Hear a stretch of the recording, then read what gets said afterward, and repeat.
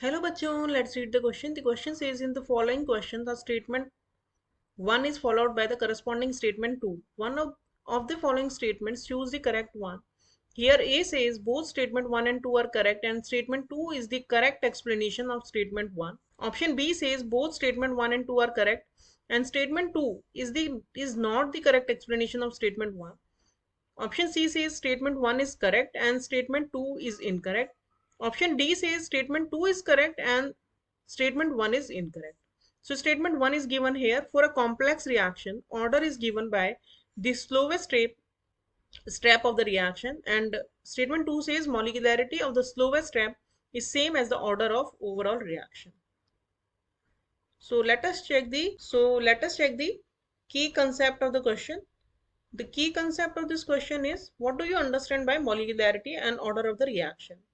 Molecularity क्या होती है? Molecularity होता है number of the reactant species which are taking part in the reaction, or we can say which are colliding together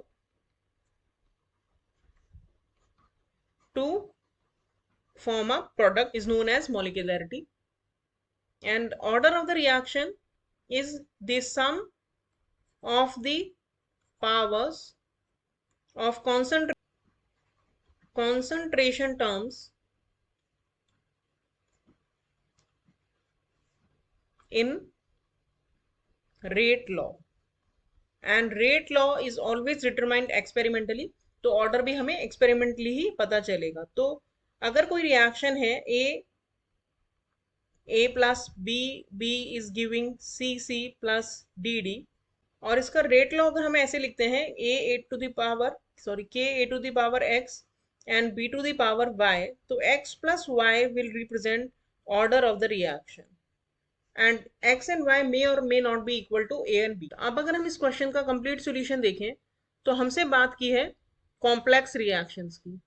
complex reactions को discuss करने से पहले we must know that slowest step is always the rate determining step, क्योंकि जो slowest step होती है उसी से हम इजीली रेट का पता लगा सकते हैं. अगर कोई रिएक्शन बहुत ही स्टेप कोई फास्ट से हो जाएगी तो we cannot determine rate by using that step. So always slowest step is the rate determining step.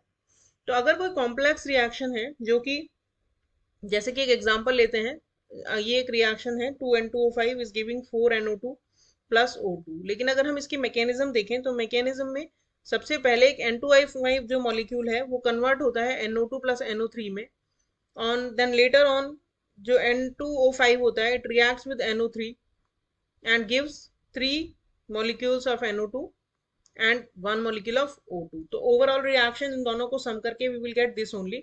But जो फर्स्ट स्टेप होती है ये स्लो स्टेप होती है, सो रेट जो है इसी से डिटरमाइन होती है. तो क्योंकि स्लो स्टेप में only 1 molecule of N2O5 is participating, so इसीलिए इसका जो रेट होता है ये होगा K N2O5, यानी ऑर्डर ऑफ द रिएक्शन हो गया सम ऑफ द पावर, तो पावर क्या है 1 है, तो ऑर्डर ऑफ द रिएक्शन हो गया 1.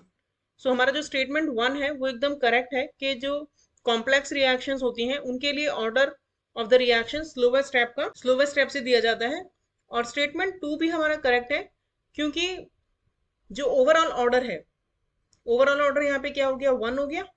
Overall order is equal to the molecularity of slowest reaction. Molecularity of slowest reaction अगर देखो तो ये स्लोवेस्ट स्टेप है और यहाँ पे मॉलिक्यूलरिटी क्या है 1 है.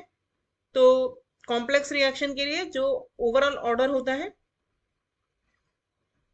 that is equals to the molecularity of slowest step.